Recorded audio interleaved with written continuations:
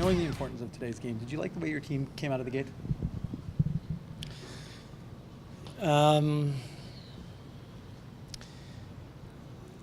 The way we came out was okay, but I think these are the facts, okay? We've played 7 games in 12 days, 3 sets of back-to-backs. One of those games was going to happen at some point.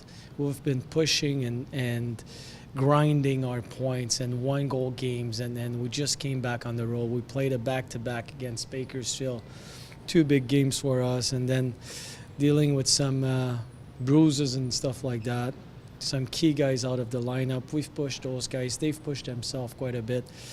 The start of the game, the end of the game, I'm just saying that overall, this game doesn't represent the way we've been playing for such a long time. But that kind of game was coming. We didn't know when, but it was coming. I thought it came later than I expected. But I don't think we had good legs. I don't think we were moving the puck right. But we were in a position where we couldn't succeed today. And part of it is we were facing a team that played last Sunday before playing that back-to-back. So on a back-to-back, they're still fresh. We're not. And having said that, there's a few times we could have managed the puck properly in the second period, stay away from trouble, and you want to keep the game as close as you can for as long as you can.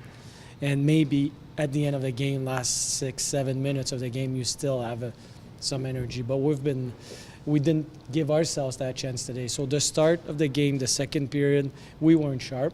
I understand though. It wasn't 1 or 2 guys, it was everybody.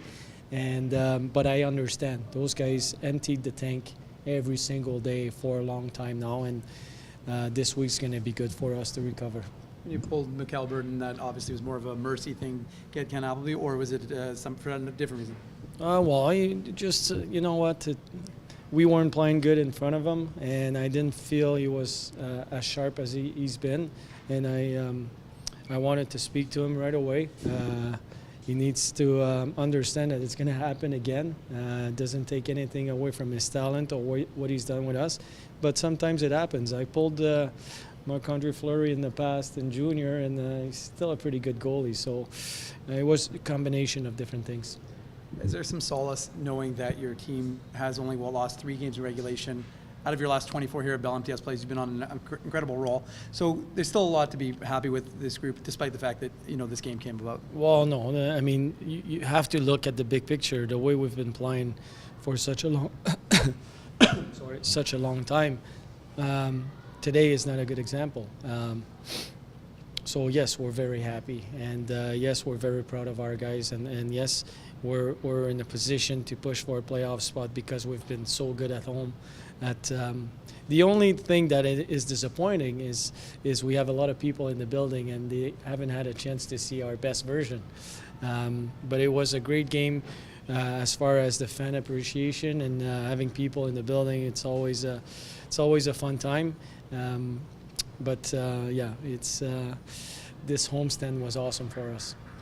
Pascal, if they've reached sort of an exhaustion level today, how do you work through the last 6 days of the regular season here and make sure you're high energy for all of that stuff? Well, we'll need to recover this week. It's not only the exhaustion from our part, it's facing a team that plays 68 games a year. And we play 76, and we travel, and they stay in California. And that's the nature of the business right now. They've played their last game last Sunday, and they have a full week to recover. So that second game on a back-to-back, you're facing a team that's pretty fresh. So I think if we face a team that had the same kind of schedule, it might be a different result today. But we've been pushing. The guys have been giving their best for a long time now. So this week's going to be important to recover. And that's going to be the goal. We're going to touch the ice. We're going to have our meetings, but it's also on them to be mature enough to make sure they do the right things so we recover as a team. Can you update us on Tucker, Skyler, and JC, please? Week to week for all of them. So you're not expecting them this week at all? No. Coach, if when you're sitting down for holiday dinner, if someone had told you the team would tie a franchise record for all-time wins at home, what would you have said to that? you believe in miracle. That's what I would have said. I mean, we've had, I think it's 11 players out of the lineup for 6 weeks before Christmas time. But we were working together well. We were creating good habits, even though we weren't winning games. And then coming off the Christmas break, the way those guys have been playing as a team and together, individually, we have good players, but it's as a group and the way we play collectively that makes us special.